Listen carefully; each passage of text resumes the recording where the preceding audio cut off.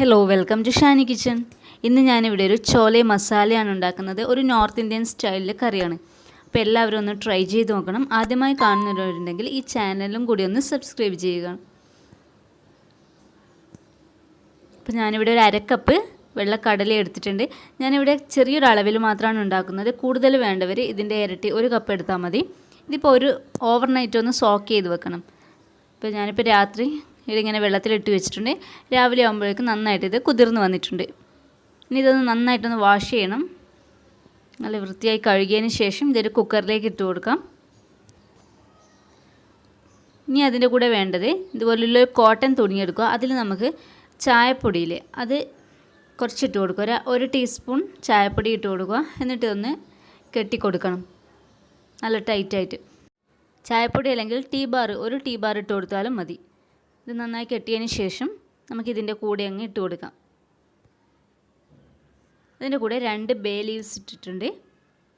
പിന്നെ ഈ ഒരു വലിപ്പത്തിലുള്ള പട്ട, ഒരു 3 ഗ്രാമ്പു, പിന്നെ 2 ഏലക്കായ്, കറുത്ത ഏലക്കായാണിത്. ഇതും കൂടി ഒന്ന് ഇട്ട് കൊടുക്കാം. ഇതില്ലെങ്കിൽ കുഴപ്പമില്ല. പിന്നെ ആവശ്യത്തിന് ഉപ്പും ചേർത്ത് കൊടുത്തിട്ടുണ്ട്. എന്നിട്ട് വെള്ളം ഒഴിച്ച് ഒരു 2 കപ്പോളം വെള്ളം ഒഴിച്ച് കൊടുത്തിട്ടുണ്ട്.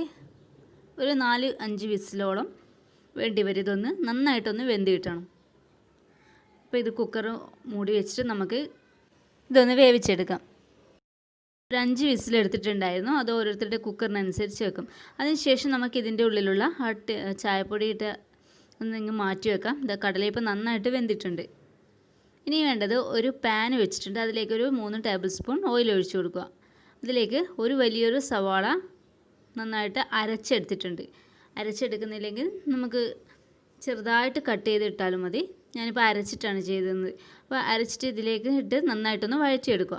അതിൻ്റെ കൂടെ ഒരു ടേബിൾ സ്പൂൺ ഇഞ്ചി വെളുത്തുള്ളി പേസ്റ്റും കൂടി ഇട്ടിട്ട് അതിൻ്റെയൊക്കെ ഉള്ളിയുടെയൊക്കെ ഒരു പച്ചമണം മാറുന്നത് വരെ ഒന്ന് വഴറ്റി കൊടുക്കുക. 2-3 മിനിറ്റ് ഒന്ന് കഴിഞ്ഞതിന് ശേഷം തക്കാളി ചേർക്കാം. ഞാനിവിടെ 2 തക്കാളി നന്നായിട്ട് അരച്ചിട്ടാണ് ചേർത്തിട്ടുള്ളത്. 2 മിനിറ്റ് ഇതൊന്ന് മിക്സ് ചെയ്ത് കൊടുക്കുക. ഇതിൽ നിന്ന് തക്കാളി നന്നായിട്ടൊന്ന് വഴറ്റി കൊടുക്കണം. പച്ചമണമൊക്കെ മാറിയതിന് ശേഷം ഇതിലേക്ക് കുറച്ച് മസാലപ്പൊടികൾ ചേർക്കണം. ആദ്യം നമുക്ക് കുറച്ച് ഉപ്പ് ചേർക്കാം. 1 ടീസ്പൂൺ ചുവന്ന മുളക് പൊടി, 1/4 ടീസ്പൂൺ മഞ്ഞൾപ്പൊടി, 1/2 ടീസ്പൂൺ മല്ലിപ്പൊടി, 1/2 ടീസ്പൂൺ ഗരം മസാല, 1/2 ടീസ്പൂൺ ജീരകത്തിൻ്റെ പൗഡർ, 1/2 ടീസ്പൂൺ മാംഗോ പൗഡർ. അതില്ലെങ്കിലും കുഴപ്പമില്ല. പിന്നെ ഒരു 1/4 ടീസ്പൂൺ കായം, പിന്നെ 1 ടീസ്പൂൺ കസൂരി മേത്തി അതൊന്ന് പൊടിച്ചെടുത്തിട്ട് ചേർത്തിട്ടുണ്ട്. അപ്പോൾ ഇതെല്ലാം കൂടി ഒന്ന് നന്നായിട്ടൊന്ന് മിക്സ് ചെയ്യുക.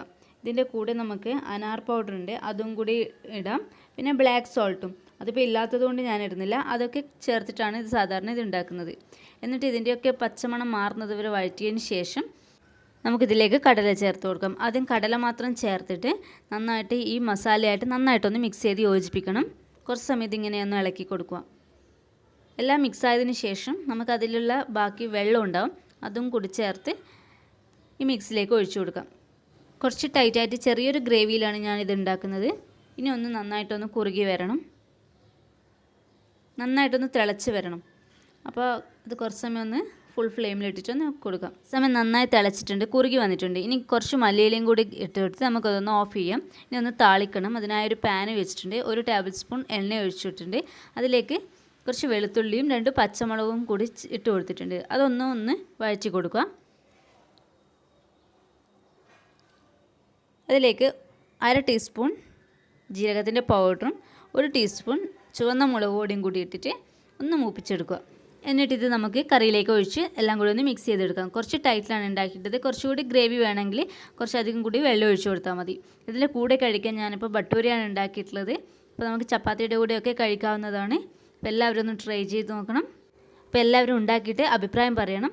പുതിയൊരു വീഡിയോ ആയിട്ട് ഇനി കാണാം. താങ്ക്